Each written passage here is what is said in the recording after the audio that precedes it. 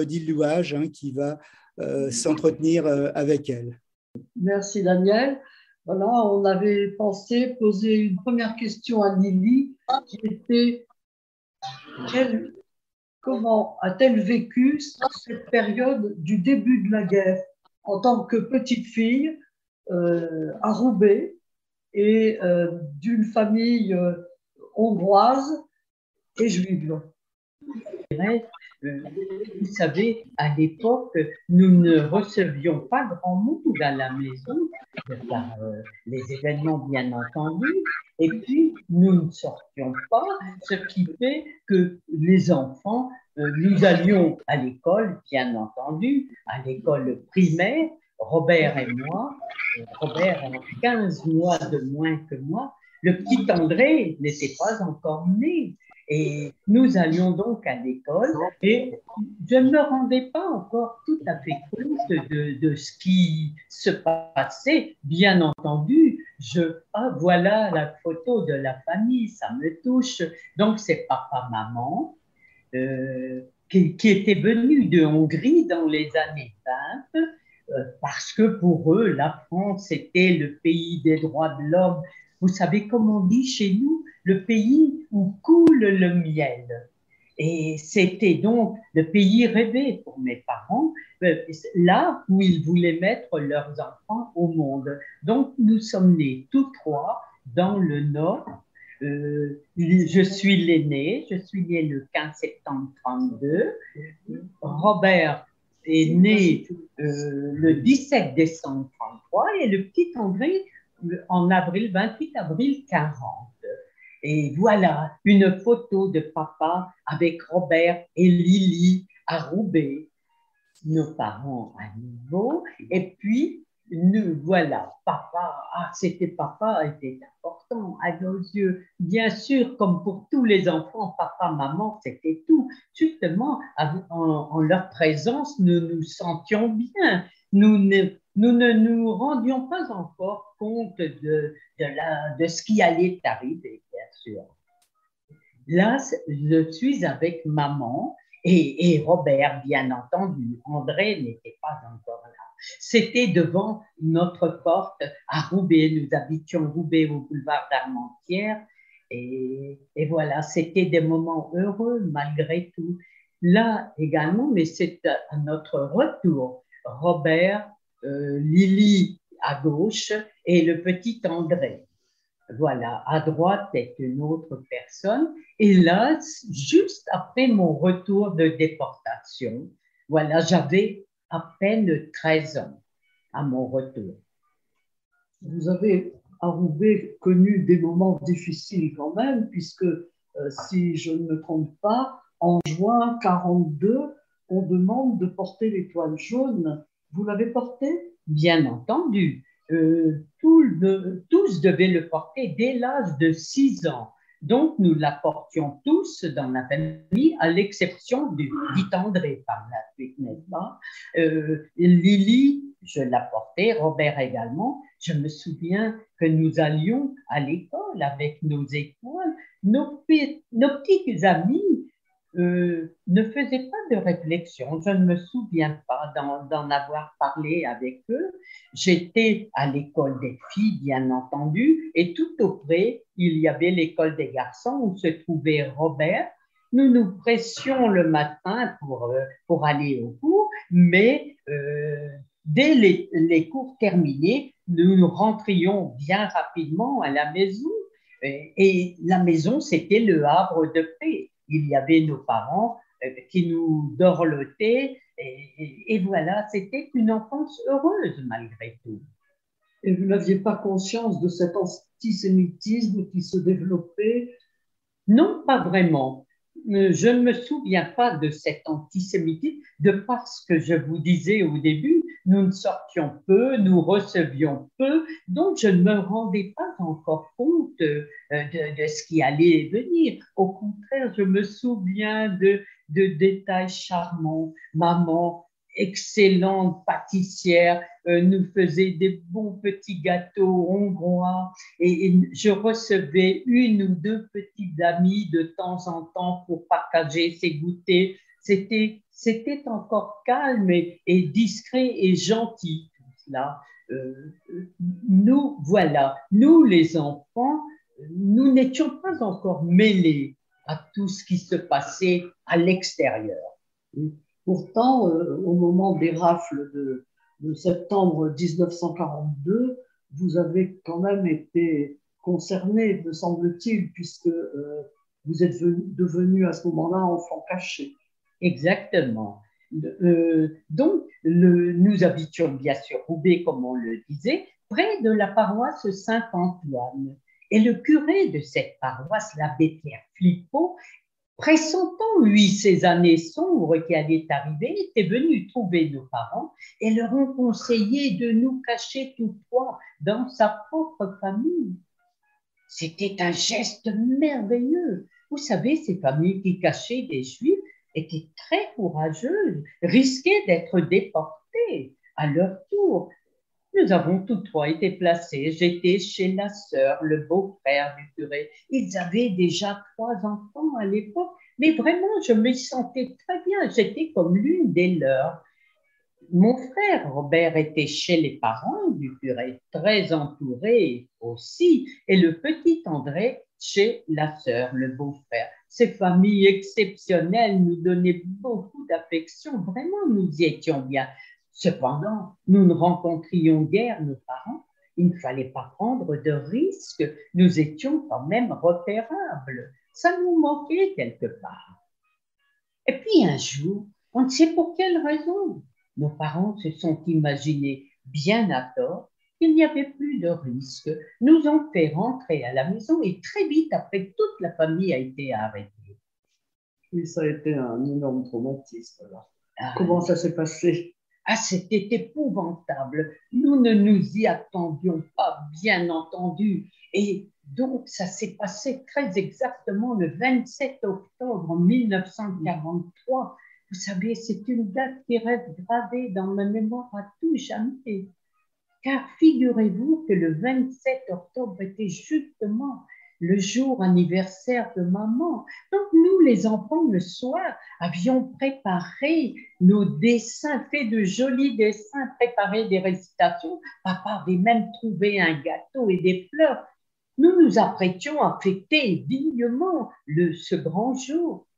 Et quelle ironie du sort! C'est cette nuit-là, à 3 heures du matin, que la feldgendarmerie est arrivée chez nous avec fracas. On grimpait les escaliers, tambouriné aux portes. Nous nous sommes réveillés avec sursaut, nous demandant ce qui se passait. Ces soldats nous suivaient partout, même au petit coin, l'on ne pouvait s'isoler, et criaient sans cesse « Schnell, los !» ce qui veut dire « dépêchez-vous ». En un temps record, il fallait ramasser ce que l'on avait de plus précieux, nos papiers. Mais que faire? Nous étions perdus de peur. Vous êtes donc embarqué à la prison de Los, me semble-t-il. Oui, ces soldats nous ont poussés dans les escaliers, jusque dans la rue où se trouvait un camion militaire bâché. Nous y avons grimpé et l'on nous a menés à la prison de Los, près de Lille à l'époque. Là, aussitôt, nous avons été séparés de papa, qui est allé dans une cellule avec les hommes, maman et les 3 petits-enfants dans une autre cellule. Nous demandons justement, nous, les enfants, mais pour quelle raison étions-nous en prison? Qu'avions-nous fait? Nous ne comprenions rien. Nous ne comprenions pas encore pour quelle raison nous étions en prison. Vous êtes resté très peu de temps, je crois. Très peu de temps, quelques jours. Puis l'on nous transporta dans une autre prison en Belgique, la prison Saint-Gilles à Bruxelles, comme venait de le dire Jacqueline. Le Nord était rattaché au commandement militaire de Bruxelles. Donc, nous ne sommes restés également que très peu de temps dans cette prison Saint-Gilles. Puis, l'on nous transporta dans un grand camp de rassemblement, toujours en Belgique. Ce camp s'appelle Malines. Malines, en Belgique, est l'équivalent de Drancy, en France. Et voilà, nous étions donc encore la famille ensemble à Malines. Pour quelle raison, Amaline, vous a-t-on envoyé non pas à Auschwitz, mais à Ravensbrück?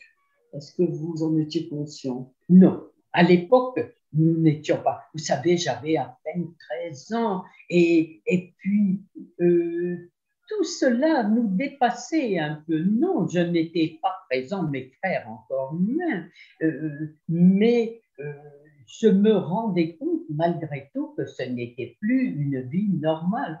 Ce n'est qu'à Ravensbrück par la suite. Donc nous avons été transportés dans le camp de Ravensbrück, le camp de femmes au nord de l'Allemagne. Et ce n'est qu'après-guerre que je me suis posé la question, pourquoi Ravensbrück? Normalement, nous étions destinés à aller vers Auschwitz, comme tous les Juifs du Nord-Pas-de-Calais. Si ça avait été Auschwitz, on ne serait pas là aujourd'hui. Les enfants jusqu'à l'âge de 15 ans, en arrivant, allaient directement dans la chambre à gaz des fours crématoires. Heureusement, ce n'était pas Auschwitz, mais Ravensbrück, parce que du moins la nationalité des parents, nous, les 3 enfants, sommes nés en France, mais nos parents étant hongrois, venant de Hongrie, et il y avait cet accord entre les Allemands et les Hongrois. C'est ce qui fait que nous étions, entre guillemets, un peu préservés un certain temps. Alors, quels sont les souvenirs que vous avez de ce passage? Vous êtes resté plus d'1 an à Ravensbrück. Oui, un gros 14 mois à Ravensbrück. C'était un camp très dur. Et je me souviens particulièrement de l'Arbeit, vous savez, de tout était dur dans un camp de concentration. Et nous, les enfants, nous menions la vie de tous, la vie des adultes. Mais maman étant présente, comme nous étions jeunes, nous pouvions rester, c'était notre champ, nous pouvions rester avec maman et avec elle, tout pouvait se produire. Nous étions à l'abri avec elle. On se l'imaginait, bien entendu. Et puis, mais maman, le matin, bien entendu, partait à l'Arbeit, comme toutes les déportées. Après l'appel, les femmes étaient triées pour l'Arbeit, le travail. Donc, disparaissaient toute la journée. Et nous, les enfants, seuls dans la journée, nous avions peur de tout. Nous n'osions sortir de nos blocs. Nous restions enfermés toute la journée, l'hiver surtout. Vous savez, à l'époque, les hivers en Allemagne étaient si rigoureux. La température descendait jusqu'à -10, -20, parfois même -30 degrés. Nous n'avions rien pour nous protéger que nos pauvres robes, voyez, nous restions enfermés. C'était terriblement long. Nous ne commencions à revivre, à respirer que le soir, au retour de maman de l'Arbeit. L'été, par contre, l'on voulait profiter d'un petit rayon de soleil. Nous nous hasardions hors du bloc, mais nous n'osions aller bien loin parce que dans les allées du camp se promenaient constamment les SS et surtout toujours accompagnés de leurs terribles chiens. Nous nous contentions donc de nous accroupir, le dos appuyé contre notre baraque et nous ne jouions plus. Nous n'étions plus des enfants comme les autres. Nous ne jouions plus. Notre temps se passait à tuer nos poux. Nous étions remplis de vermine. C'était une vie épouvantable. Et surtout, nous avons vécu que comme des ombres. Je dis toujours, pendant 2 années, nous n'osions nous montrer. Nous restions toujours cachés jusqu'à l'arrivée le soir de maman. C'était une vie épouvantable. Nous avions peur de ces atroces SS, mais peur également, terriblement peur de leurs chiens. Vous savez, ces chiens étaient dressés pour attaquer les déportés. Nous en avions une peur bleue. Savez-vous que 77 ans après, j'ai encore toujours très peur des chiens. Je ne m'en approche jamais. J'ai réellement été traumatisée. Vous êtes donc dans ce camp. Il y a d'autres enfants avec vous. Vous arrivez à avoir des relations différente avec eux? Il y avait des enfants dans le camp, certes pas en grand nombre, mais nous ne nous voyions pas d'un bloc à l'autre, comme je vous le disais, pour la simple raison que nous avions si peur que nous sortions rarement de nos blocs. Mais dans mon bloc 31 à Ravensbrück, il y avait une petite douzaine d'enfants qui venaient surtout de Belgique, des Pays-Bas aussi, des petits Hollandais qui parlaient quelquefois le français, les Belges surtout, mais dans mon souvenir, nous ne jouions pas. Nous étions des petits enfants vieillis avant l'heure taciturne. Nous ne jouions pas beaucoup. Et vous avez fait l'expérience aussi de la maladie, du... C'est certain, c'est certain. Vous savez, lorsque un déporté était mal en point, on l'emmenait au Révire. Le Révire, c'était comme un dispensaire. Malheureusement, il n'y avait pas suffisamment de médicaments pour nous soigner. Mais au Révire, l'on était dispensé de l'appel et c'était déjà énorme pour nous. Nous y sommes tous passés. André avait un anthrax, une tumeur dans l'aine. Il fallait l'opérer. Nous l'avons mené au Révire. Et ce petit enfant, sans sa maman, avait si peur, pleurait tant qu'à 2 reprises, il s'est sauvé du Révire pour venir nous rejoindre. Et nous, la mort dans l'âme, il fallait bien l'y reconduire afin de le soigner. Quant à Robert, il avait de ces furoncles, ces boutons sanguinolents pleins de pus, qui curieusement s'étaient tous placés sur le sommet du crâne. Lorsqu'il essayait d'enlever les croûtes de toutes ces furoncles, c'est toute une petite calotte de croûte qui s'en détachait. Et moi-même, je suis allée au Révire, j'avais une forte dysenterie. Et nous avions très peur, nous les enfants, au Révire. Nous n'y sommes pas allés ensemble, bien entendu, mais chacun de nous a eu très peur. Nous étions sans maman au Révire et nous avions très peur, surtout la nuit. La nuit, tout prend tellement plus de proportions. L'on entendait les toux des tuberculeux, l'on entendait les cris de ceux qui avaient des cauchemars, l'on entendait les râles des mourants. C'était très impressionnant. Et cependant, comme vous le disiez au début, nous sommes restés plus de 14 mois dans cet affreux camp de Ravensbrück, souffrant affreusement de la faim. Surtout, tous les déportés l'ont dit au retour, nous crevions littéralement de faim. Nous avions également très froid. Nous n'avions rien pour nous protéger que nos pauvres robes rayées. Mais nous, les enfants, je parle de mes frères et moi-même, nous avons surtout eu très peur pendant ces 2 années. Peur de tout. C'était traumatisant. J'en reste encore marqué de cette peur terrible que nous avons eue. Et en février 1945, vous êtes envoyé avec votre maman et vos frères et puis d'autres déportés à Bergen-Belsen. Oui, effectivement, début février 1945, on rassembla quelques blocs sur la place du pont et nous étions là sur la place, nous devions partir, mais partir où l'on ne savait guère. Vous pensez bien que nous étions des quantités négligeables. On ne prenait pas la peine de nous mettre au courant de l'endroit où l'on allait nous mener. Nous sommes arrivés dans une gare où il y avait des wagons à bestiaux. C'est de cette façon-là que voyageaient toujours les déportés. Nous y avons grimpé aussi serré que pour Ravensbrück et à nouveau avons voyagé 3-4 jours, toujours sans manger, sans boire. La tinette au milieu de nous. La tinette est le seau hygiénique qui, dans les chaos de la route, se renversait, nous inondait. C'était un voyage atroce. Et nous étions si serrés. Parfois, la nuit, maman se mettait debout, afin que mon petit frère puisse s'allonger quelques instants.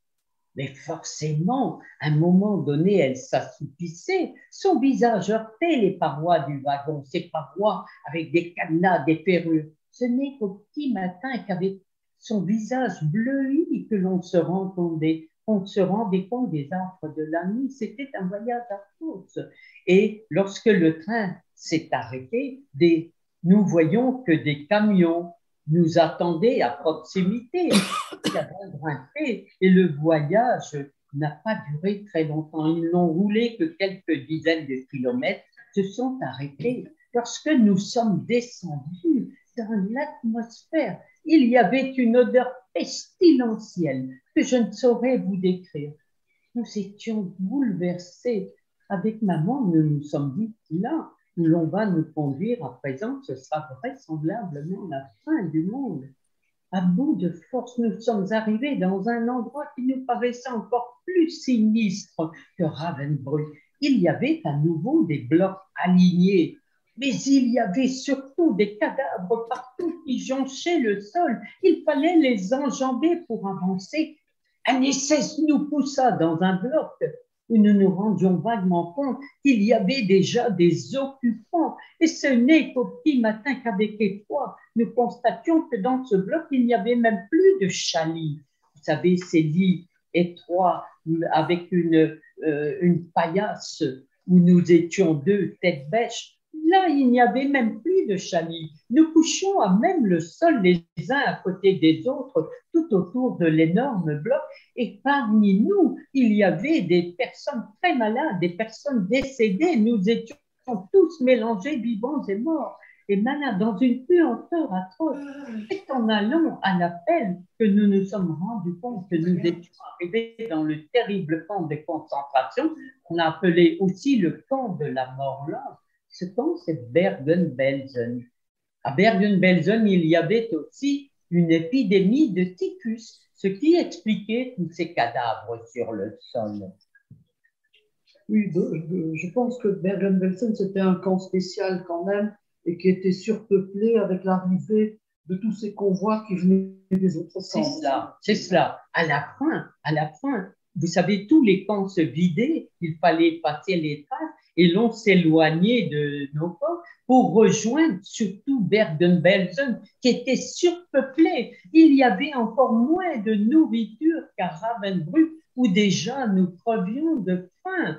Et surtout, vous savez, au bout de quelques temps, nous constations que maman était bizarre. Elle gisait sur le sol à côté de nous. Lorsqu'on lui parlait, elle ne nous répondait pas. Elle était si étrange. Nous ne comprenions rien.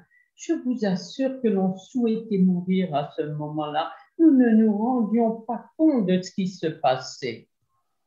Est-ce que vous étiez conscient quand même que c'était le moment où les armées allemandes reculaient sur tous les fronts et que la libération allait arriver? Pas du tout, pas du tout. Nous, les enfants, surtout, nous n'avions jamais de nouvelles de l'extérieur.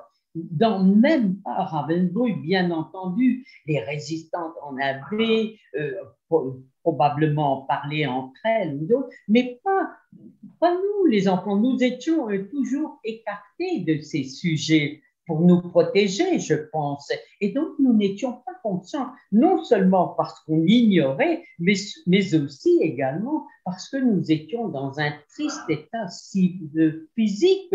Je vous assure qu'à ce moment-là, nous ne nous rendions compte de rien. Et même si la mort était arrivée, eh bien, nous n'aurions pas trouvé ça tellement bizarre. C'était naturel pour nous. On s'attendait à la mort. Alors, comment avez-vous reçu cette annonce de la libération? Eh bien, figurez-vous, oui, les Anglais, oui, eh bien, figurez-vous que nous étions là, étendus sur le sol, à demi conscients, maman tout à fait inconsciente, et la porte un jour de notre bloc s'est ouverte et des soldats sont entrés. Je revois, vous voyez encore aujourd'hui l'expression de terreur dans leurs yeux. Ils avaient peur de s'approcher de nous. Non seulement c'était une horreur vraisemblablement de voir tous ces pauvres êtres affalés sur le sol, mélangés vivants et morts, mais aussi ils avaient probablement peur de la contagion. Donc, on fait des pas en arrière, se sont reculés, effrayés. Mais je vous assure, ça se voyait dans leurs yeux. Je lisais parfaitement cette peur qu'ils avaient de nous. et ne savaient que faire dans l'immédiat. Au bout d'un certain temps, ils ont repris leurs esprits et ont commencé à distribuer de la nourriture. Je revois encore des grands pains de compagnons, des tubes de lait concentré, sucré, des boîtes de carnet de buffle. Mais nous, à force de privation, nous n'avions plus tellement faim. Et ces pains nous servaient d'oreiller. Nous n'avions aucune miterie, nous prenions ces pains comme oreillers. Mais d'autres, déportés, affamés par ces mois de famine, se sont précipités sur la nourriture, ont tout avalé d'un bloc.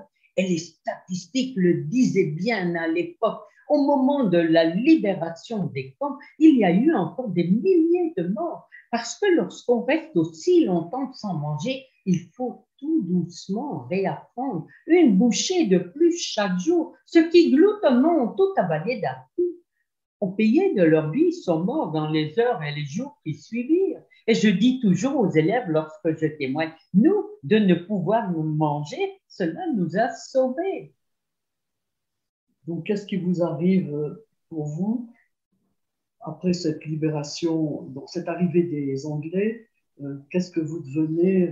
Eh bien, les Anglais, ensuite, se sont occupés des malades.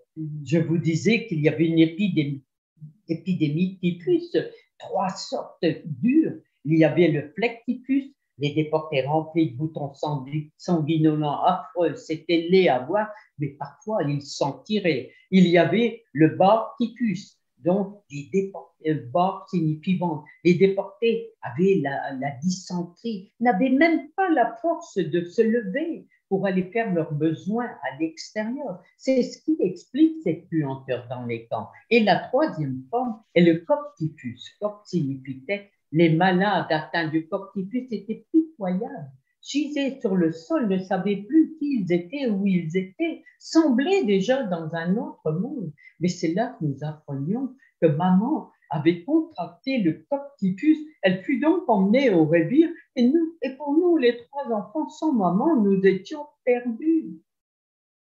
Et les Anglais, bien entendu, continuèrent leur travail de rapatriement de ces déportés. Ce n'était pas chose aisée, il y avait beaucoup de nationalités différentes. On nous plaça par nationalité. Bien entendu, nous étions dans le groupe des Français et le grand jour est arrivé. Nous pouvions enfin quitter Bergen-Belsen. Et difficilement, nous sommes arrivés dans une gare à pied. Vous savez, c'était terrible. Vous savez, à ce moment-là, je me rendais compte que chacun était occupé par soi-même. Ce n'était pas de l'indifférence, mais chacun était trop mal en point et avait déjà du mal de s'en tirer. Donc, nous étions un peu ignorés, nous avions peine à suivre le groupe, mais cependant, nous sommes arrivés dans une gare où il y avait un wagon à bestiaux. Parce que c'est en wagon à bestiaux que nous sommes revenus en France. C'était quelque chose que je ne pouvais supporter. Et le voyage a duré longuement. Les voies ferrées étaient souvent bombardées. Et chaque soir, nous nous arrêtions dans des camps désaffectés. Nous reprenions la route le lendemain. Un jour, nous sommes arrivés dans une gare exceptionnelle de monde, de chaleur humaine. C'était la gare de Bruxelles. Les familles étaient venues attendre leurs déportés. Tout le monde était heureux. Il y avait de la musique. Nous 3 dans notre coin, nous étions pitoyables. Nous ne nous mêlions pas à l'allégresse générale. Maman nous manquait trop. Puis le train a repris sa route et est arrivé à Paris, où nous attendaient des camions qui nous emmenaient à l'hôtel Lutetia, comme la plupart des déportés. Je revois encore notre arrivée ce jour-là, les familles venant avec la photo de leurs déportés qu'ils nous montraient pour voir si nous les connaissions. C'était des scènes si touchantes lorsqu'ils se retrouvaient s'embrasser, pleurer à la fois. Puis bien sûr, ces familles emmenaient leurs déportés chez elles. À la fin du jour, il n'y avait plus grand monde à l'hôtel. Mais nous, personne n'était venu nous chercher, nous n'avions personne. Et je dis toujours aux élèves, ce jour-là, bien sûr, nous étions contents d'être libres, d'être en France. Mais en même temps, nous étions très tristes. Maman, nous l'avions quittée dans un état désespéré. On se demandait si elle vivait encore. De papa, nous n'avions pas de nouvelles. Et nous nous disions, si c'est pour rester orphelin, la vie ne serait pas très drôle, ça nous incitait guère à vivre. Et puis, une assistante sociale a eu pitié de nous. On a parlé à son frère chirurgien dentiste pour savoir s'il pouvait, avec son épouse, nous recueillir quelque temps tous trois. Ce qu'ils firent avec grand cœur, nous étions bien dans cette famille chaleureuse. Cependant, bien sûr, nos parents nous manquaient toujours. Un jour, j'ai eu un trait de lumière. Je me suis souvenu que j'avais un oncle une tante dans les Deux-Sèvres. J'en ai parlé au dentiste qui a fait le nécessaire à retrouver leur adresse. Ma tante, un jour, est arrivée à Paris venant nous chercher. Elle était bien heureuse de nous retrouver. Et nous, donc, nous avions enfin une famille. Elle souhaitait nous emmener chez elle, mais nous étions trop mal en point. Nous ne pouvions pas rester chez elle. Cependant, en arrivant dans la gare, il y avait foule. Nous étions tellement à l'honneur. Vous vous rendez compte, 3 petits enfants qui rentrent tout seuls des camps, sans père ni mère. Nous étions très à l'honneur. Et comme je vous le disais, nos santé ne nous permettait pas de rester dans la famille. Et la Croix-Rouge française nous a placés dans un préventorium à Hendaye. Nous y étions bien. L'on nous donnait à manger à notre faim, l'on nous soignait, mais nous nous sentions toujours bien trop seuls.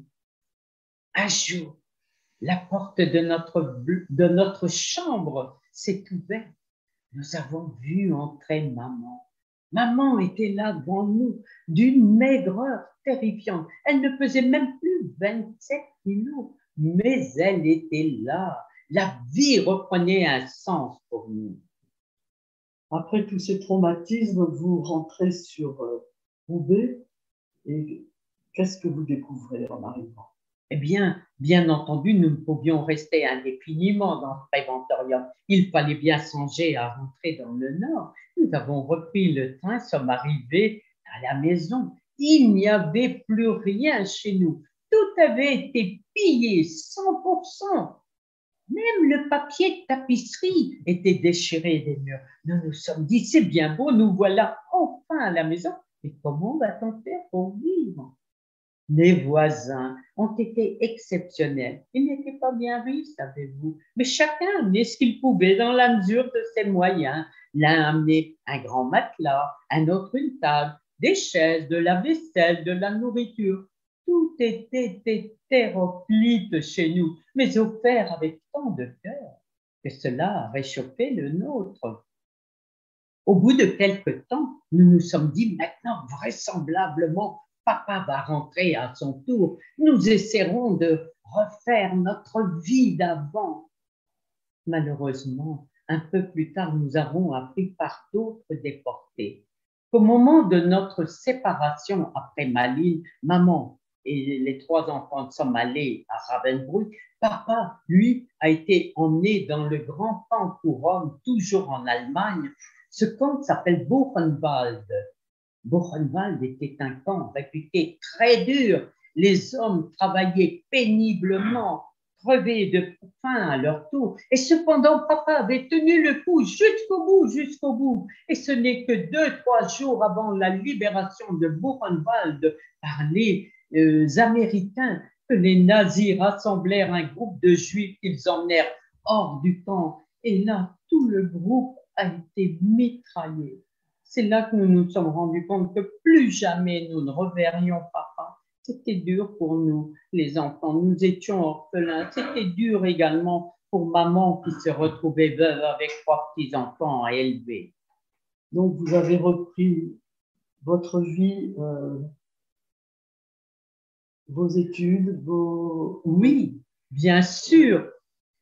Nous étions d'âge scolaire au retour. J'avais à peine 13 ans, pas tout à fait. Robert n'avait qu'11 ans et demi, André 5 ans et demi. Donc, nous avons repris nos études. Les voisins, toujours formidables, voulant aider maman, nous ont inscrits dans une institution catholique.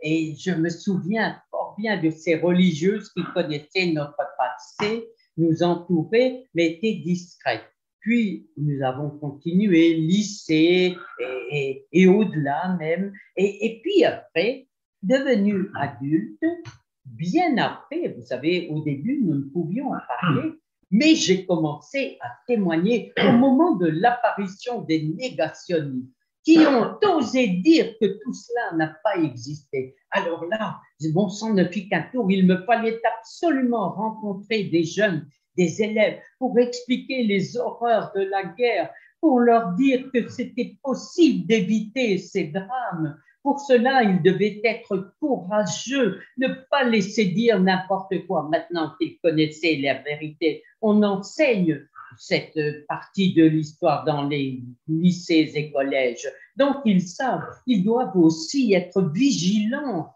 Tout peut revenir de façon différente, mais il faut être vigilant. Mais il faut surtout combattre leurs racines, je leur dis, qui étaient fléaux à notre époque, combattre l'antisémitisme qui malheureusement perdure et combattre la xénophobie, la haine de l'étranger. Ils doivent être tolérants, ces enfants, se supporter avec leurs différences qui les enrichissent. Ils le comprennent si bien. Je reçois des lettres merveilleuses d'élèves me prouvant qu'ils ont compris et ces lettres m'aident à tenir. Je vous assure, j'ai une mission à remplir et je la tiendrai jusqu'au bout. Je témoigne toujours debout, vous savez, 2 heures debout, avec bien de rouge à lèvres. C'est ma dignité à moi que maman nous a inculqué dans le camp de Ravensbrück. Voilà, les témoignages affluent de partout et maintenant je n'hésite même pas. Malgré là, je vais avoir bientôt, là, cette année, 90 ans et je m'éloigne même. Je vais aller en Bretagne, je vais aller au Sable d'Olonne, à Toulouse, à Rodez, à Lyon. Vous voyez, c'est sans fin. C'est un peu fatigant, j'avoue, mais combien excitant. Parce que ces élèves sont exceptionnels. Moi, je crois en eux. Ces jeunes sont formidables. Et quand il n'y aura plus de déportés, ce sont eux qui transmettront à leur tour. Ce sont mes petits messagers.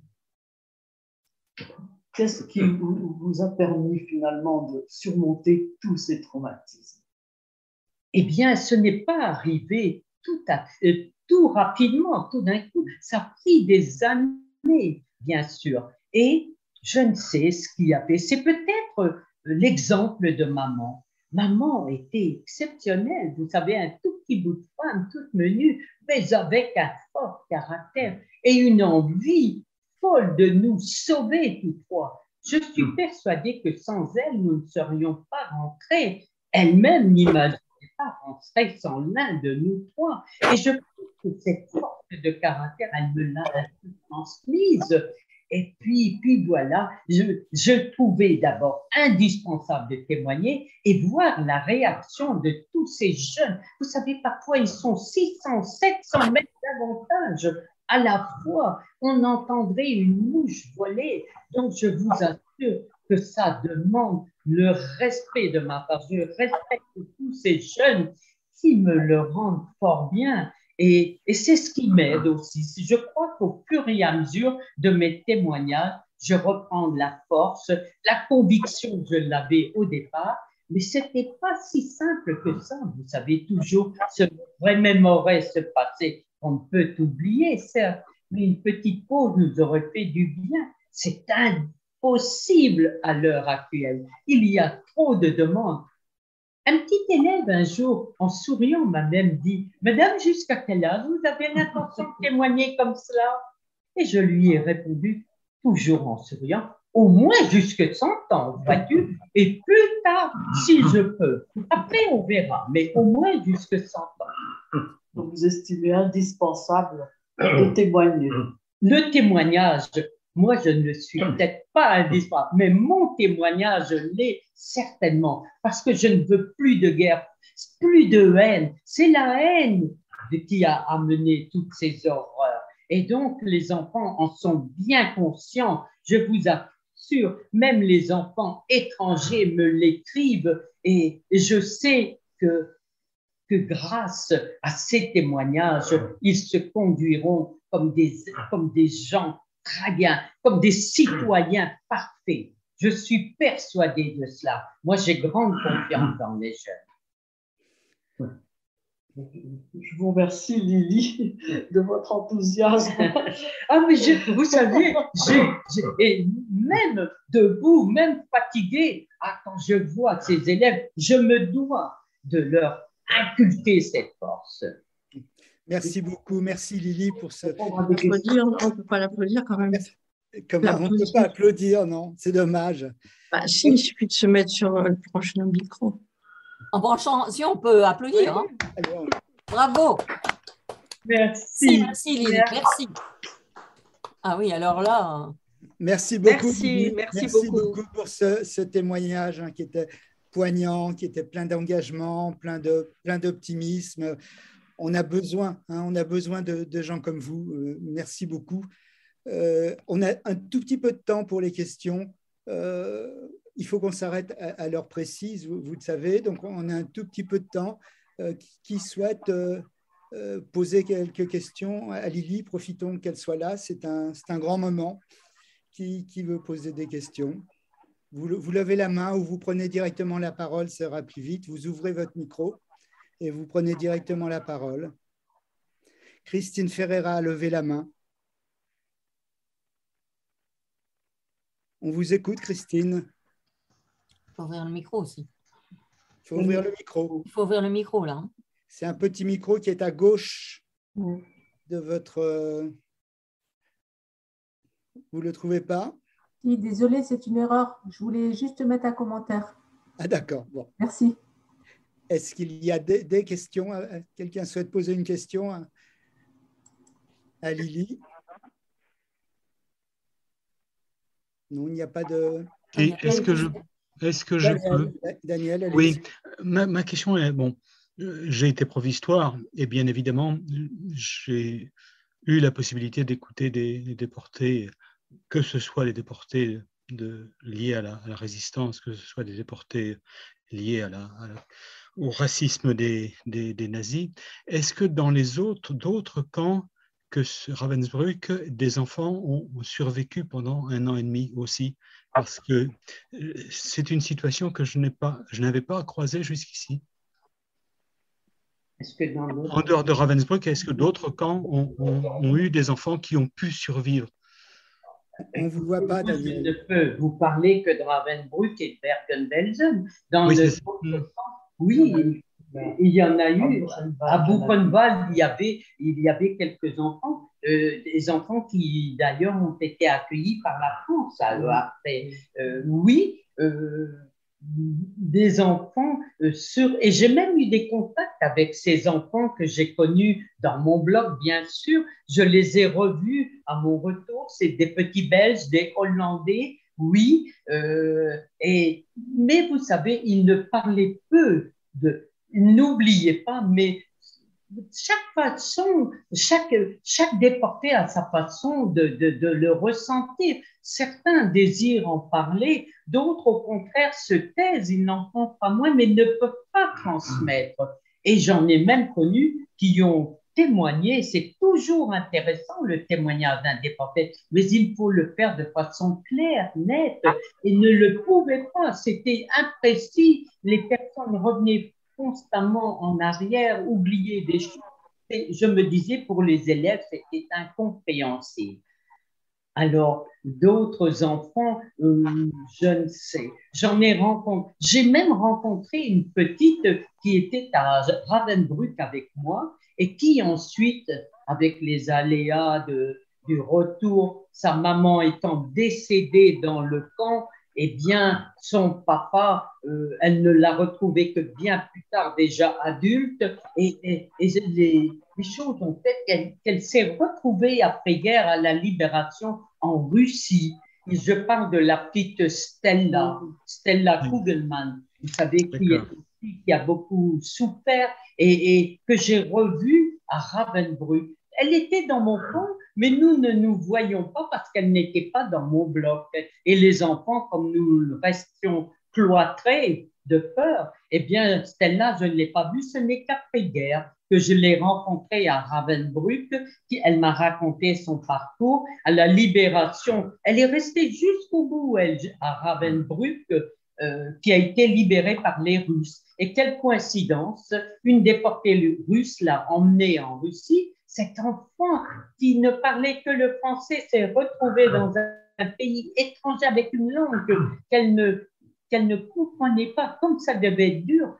On l'a mise dans un orphelinat. Au bout de quelques années, elle maîtrisait parfaitement la langue et la dame l'avait adoptée par la suite. En grandissant, cette dame plus âgée avait 2 enfants, garçon et fille. Une belle histoire d'amour a suivi. Le fils de cette dame, celle-là se sentait pris, se sent fiancé. Mais entre-temps, le papa de Stella, qui était à Buchenwald avec le mien, lui a eu la chance de rentrer. Aussitôt, il s'est enquis de sa famille. Il a bien vite appris que sa pauvre épouse était décédée. Et quand il a su que Stella se trouvait en Russie, il s'est dit, je vais aller la chercher.